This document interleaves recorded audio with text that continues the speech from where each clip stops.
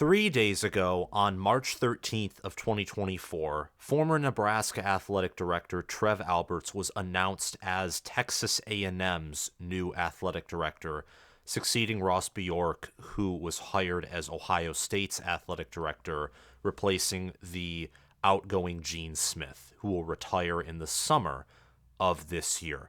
This is what happens when you have a successful athletic director like Gene Smith, who has been the head of Ohio State athletics when Urban Meyer won a national title at Ohio State, who hired Ryan Day, who was wise enough to hire someone like Bjork, who is a go-getter and who is more than willing to spend money on important athletic programs. What happens when a successful athletic director like Gene Smith retires is you get a chain of events, a chain of consequences that follows. And Nebraska was one of the ramifications of Gene Smith's retirement, the departure of Trev Alberts. We don't know exactly why Alberts left for Texas A&M, but A&M is considered a better job, not just in football, but in athletics right now than Nebraska is. And that's because they have more resources. And also, it appears that there was some dysfunction going on internally at the University of Nebraska. But what I want to talk about today is what is next for Nebraska's football program, and also give a little bit of my suggestions for who the next athletic director should be. I'm mainly a Big Ten and college football guy. Obviously, that's what I report on, that's what I cover, that's what I'm good at. So the athletic director discussion will be brief, and it will be mainly based off of success at the collegiate football and a little bit of collegiate basketball level. But what's up, fellow football fanatics? It's your host, College Football with Sam. And before we begin, please smash that Big Red subscribe button to show your support for Big Red, for the Nebraska Cornhuskers, and click that notification bell so that you can get notified when I release more Nebraska football, Big Ten football, and college football content. You will not want to miss when the best Big Ten football channel on YouTube drops new content. And comment your thoughts down below on who you think Nebraska should hire as their next athletic director. Do you think that Matt Rhule is in Lincoln for the long haul, as long as he succeeds and matches expectations and doesn't continue to have or continue the tradition of losing seasons that really started under Bill Callahan and was cemented by Mike Riley and Scott Frost? I like to call Nebraska's current bowl curse the Callahan curse. That's my new affectionate nickname for that. And also like this video.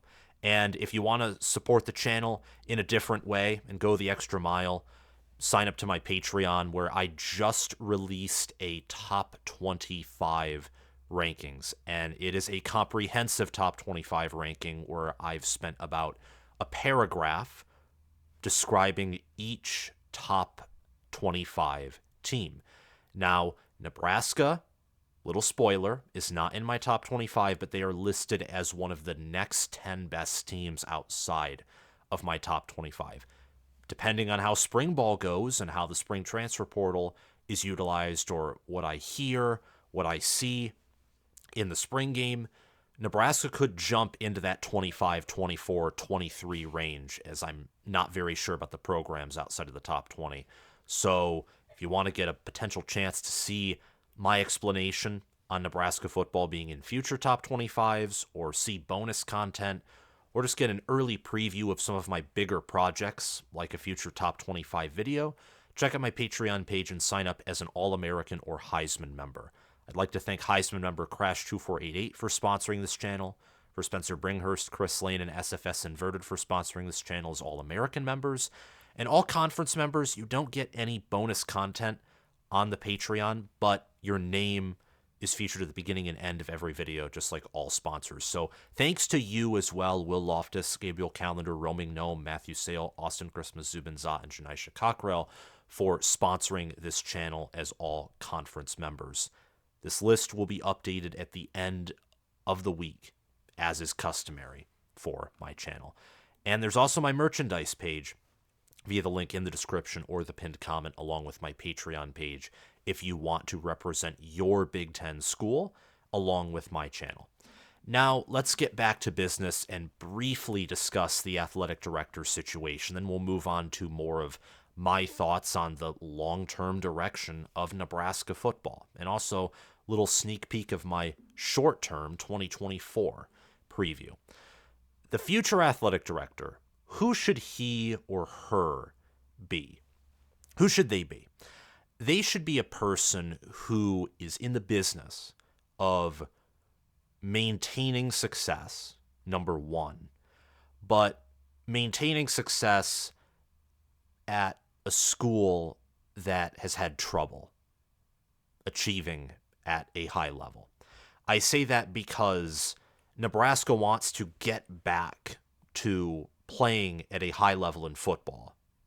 And you'd also want to continue the tradition of having a strong volleyball team. It would be good to keep Fred Hoiberg for the basketball team. I'm not exactly speaking in my area of expertise, so that's why I'm not going to talk about this very long. But you want someone who is a proven builder, who knows what they're doing, who's willing to be a go-getter. That's what you want. And there are many, many names that I think fit that. By many, I don't mean every athletic director, but I mean more than you would think.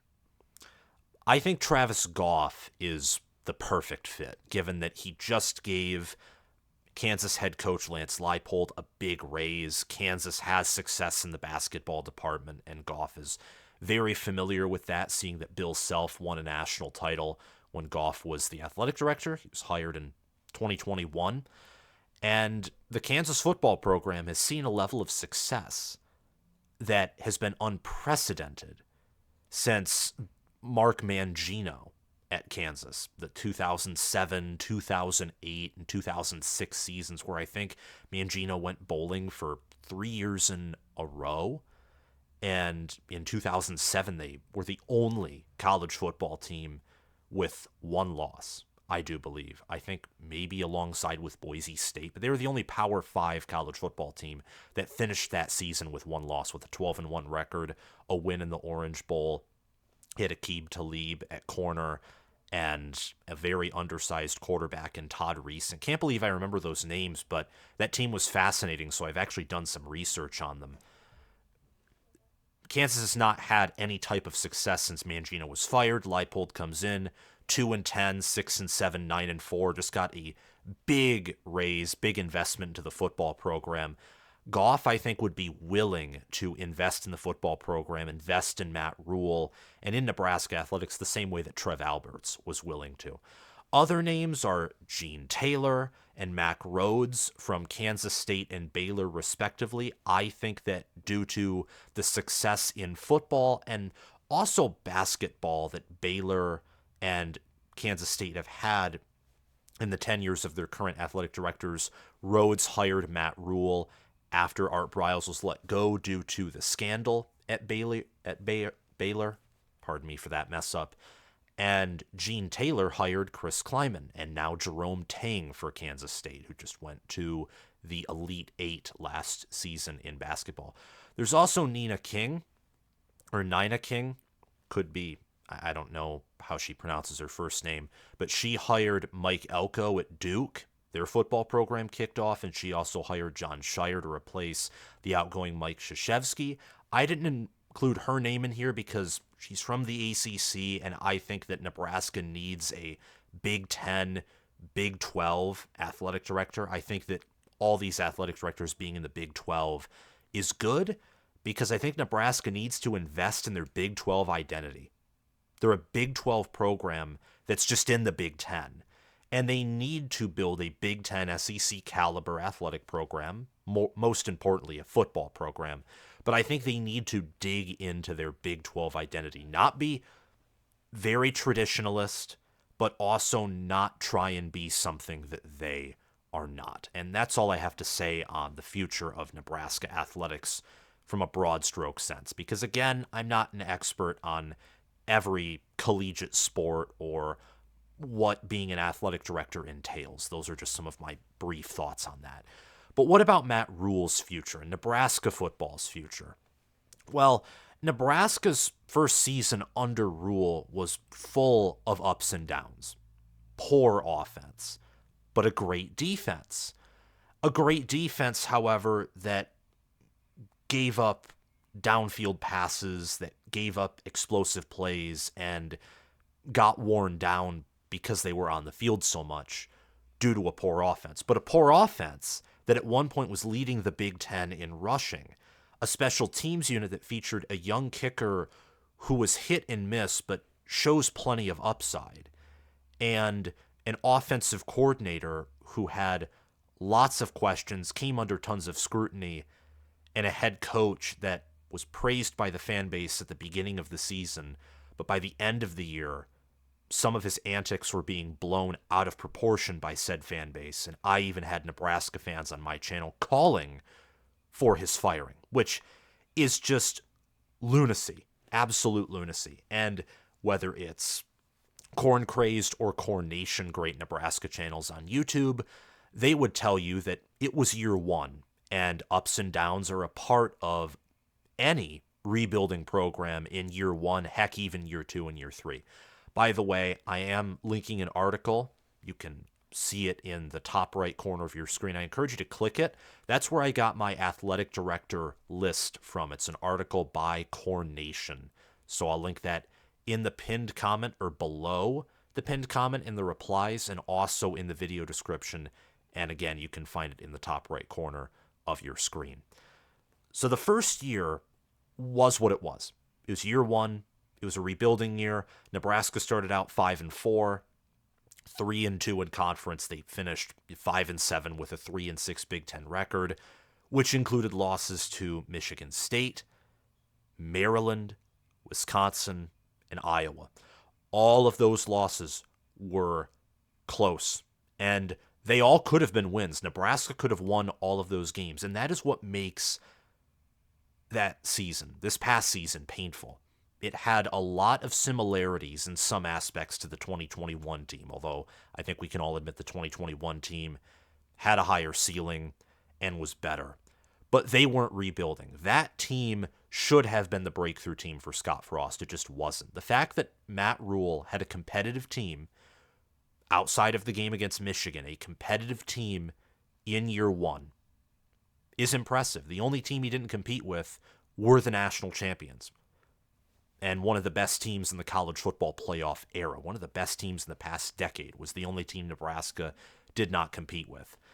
They're overhauling their roster, bringing in Dylan Raiola, 5-star quarterback, and they're bringing in addition with him, 36 other new players from both the transfer portal, from high school. Nebraska's recruiting class is impressive. They're recruiting at a high level, particularly on the offensive side of the ball. They're bringing in Grant Bricks, offensive tackle, number 2 player in all of Iowa per 24/7 Sports. Carter Nelson, number 1 player in Nebraska, top 50 player according to 24/7 Sports at tight end. He's coming in. Preston Tomua from Hawaii, number 2 player there on the interior of the offensive line. They're also bringing in another quarterback in Daniel Kalin, who is a high-rated 3-star and from Nebraska. So Nebraska's recruiting very well from inside of their own state. The best player for Nebraska in Carter Nelson is coming to Big Red, along with the 4th, 5th, and 6th best player. Jacob Arop and Sam Thomas are going to Northern Iowa and I think South Dakota. This is according to the top 24/7 Sports rankings. According to the composite, the 4 best Nebraska high school players are coming to the University of Nebraska at Lincoln. So they're recruiting well in state. They're recruiting well around the country. They know that the offense is the area that needs the most attention. That's where they're recruiting the best. They're bringing in Micah Mezcua from Florida on the interior of the offensive line, and Dante Dowdell from Oregon at running back, just a few names to pay attention to. I think that overall Nebraska is trending up. They're identifying problems. They're trying to fix said problems. They retained and paid Tony White, who showcased his elite defensive play calling skills and management skills last year for Nebraska, commanding an awesome defense that was able to win Nebraska games in spite of what was a porous offense. And I'm no insider. I want to make that very clear. I'm from the state of Michigan, and I don't have any ties to any athletic program. I don't have very many, if any, inside sources. But I get the feeling, based off of what Matt Rhule's being paid, the resources that he's been offered, and also the type of person that he is, he's here for the long haul, and if he's not, he's going to be here until he has a great season at Nebraska. He left Temple after achieving double-digit win seasons back-to-back. He left Baylor after bringing them to the Big 12 championship game. I think that would translate to at Nebraska either reaching the 12-team playoff, maybe just coming very close, like finishing the year inside of the top 20 and garnering 9 regular season wins. But I would lean closer to Rhule will probably stay here until he brings Nebraska to the 12-team playoff or to the Big Ten championship. Now, how soon will that be? I would say closer to 5 years from now, from next year, but that means it could be done in 2025 maybe 2026, 2027. We don't know yet because we're only 1 year in. There's, again, ups and downs in the program with on and off the field results. But I think Nebraska football is trending in the right direction. They are recruiting well.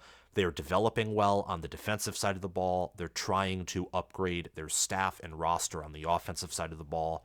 So they're addressing problems, and they are honing in their strengths. And that is how you succeed in life. That's also how you succeed in football as a program and as a group of players and coaches. That's all I have to say in this video. Thank you so much for watching. If you want to support the channel in another way, instead of just watching this video and engaging with the community, check out my Patreon page or my merchandise page, or both, via the link in the description or the pinned comment. Thanks to Crash2488 for being a Heisman member. Thanks to Spencer Bringhurst, Chris Lane, and SFS Inverted for being an All-American member. And thanks to Will Loftus, Gabriel Calendar, Roaming Gnome, Matthew Sale, Austin Christmas, Zubin Zahn, Janaisha Cockrell for being an all-conference member. Have a great day, guys, and I will see you all soon. Bye-bye.